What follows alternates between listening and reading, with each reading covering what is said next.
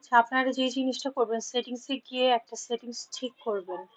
এখানে three dot, যেটা three ডটে ক্লিক করবেন, তিনটা দাগ গোল লগ-ইনে ঢোকার পরে এখানে যে তিনটা এক্সপ্যান্ড মেনু থাকে এখান থেকে এটাকে ক্লিক করবেন। করার পরে সেটিংস অ্যান্ড মেম্বার, সেটিংস মেম্বারে আসার পরে এই যে এটা ডিফল্ট প্রোফাইল সেটিং, এটাতে ক্লিক করবেন। ক্লিক করার পরে এখানে যে সেটিংস গুলো আছে এটা তো আমি আগেই বলে দিয়েছি, যেমন এখানে উইন্ডোজ 10 বা 11 যার যেটা আছে সেটা সিলেক্ট করবেন। এখানে দেখেন 141 আছে এখানে, যেমন 141 হচ্ছে লেটেস্ট ভার্সন, তো আমি এটাই সিলেক্ট করেছি। 136 যদি থাকে সেটাও দিতে পারেন, 141টাই আই থিঙ্ক ভালো। তারপর যেটা যেটা কাজ যেটাতে হয় সেটাই দিবেন, আর এখানে যেটা ইউআরএল, যে ইউআরএলটা আমি দিয়েছি সেটা দিবেন।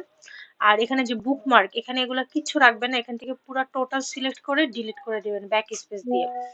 দেওয়ার পরে এখানে হচ্ছে নিচে এসে এই যে এই জায়গাটা হচ্ছে মেইন জিনিস, যেটা আমি বলতে চাইছি, স্টোরেজ। এই বুকমার্ক এটা নিচে একদম নিচে আসলে দেখেন স্টোরেজ আছে, এগুলো কিন্তু অন করা থাকে, অনেকগুলো অফ অনেকগুলো অন। আপনারা করবেন কি, এগুলো সব অফ করে দিবেন। এগুলো সব অফ করে দিলে শেষ, কাজ শেষ। তারপরে back to all profile, back যাবেন। ব্যাক করার পরে এখানে প্লাস আইকন দিয়ে দিয়ে তারপরে আপনারা হচ্ছে আপনাদের কাজ করবেন। তো আমি যেটা দেখতেছি যে এই সিস্টেমটা না করলে অনেকের হচ্ছে যে কাজ হচ্ছে, অনেকের আবার কি হয়, মানে লিঙ্ক গুলো আসে না, সরাসরি গুগল চলে আসে। তো আপনারা এই যে যাদের এই প্রবলেমটা হচ্ছে তারা ওই স্টোরেজ থেকে ওই সিস্টেম গুলো সব অফ করে দিবেন। অফ করে দেওয়ার পরে আবার নতুন করে কাজ করে দেখেন যে প্রবলেমটা সলভ হয় কিনা। ধন্যবাদ।